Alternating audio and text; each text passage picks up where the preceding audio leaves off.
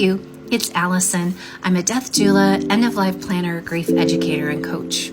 Let's talk about how grief is like an arrow with no target. In therapy, counseling, and coaching, we often talk about how if we want to feel a certain way, we want to focus our efforts, our attention, our actions to the opposite. An example of is, I don't want to feel sad anymore, so what are the things that make me happy? What are the actions that I can do to increase my happiness?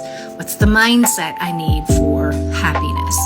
Same with feeling anger or frustrated. I want to feel calm instead. So there's actions, there's mindsets, there's things, there's a target that I can hit to start moving towards feeling from frustration to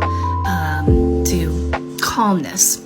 And grief doesn't actually work that way. There is no target in sight, which can be incredibly frustrating and incredibly difficult to navigate, especially when we don't have the tools, resources, or support to navigate where our arrow goes. One of the reasons why it makes it so difficult, besides being so complex, is that grief is one of the few emotions that's literally built into our DNA. It's built into our system. So when we lose something, we automatically have a response, which is grief. It can be masked as different emotions, but underneath it, it's actually grief. So what's one way that we can start moving our arrow towards maybe not the target, because we don't know exactly what the target is, but maybe it's where we can actually put the arrow in our bow and decide where it goes from there. So one of those ways is to create a practice of regrets, resentments, and appreciation.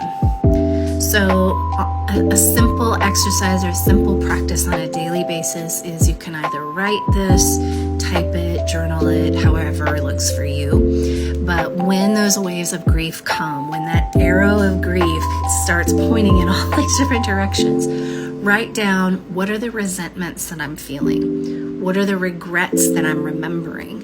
And then what can I show appreciation for during this time? And it sounds simple, but it's not. But it can be a practice that eases those waves of grief and starts to move that arrow of grief in a direction that you want to go instead of it going off kilter. When we do this, it allows us to start to say goodbye and also starts our healing journey. Let me know what you think or what questions you have about regret, resentment, and appreciation.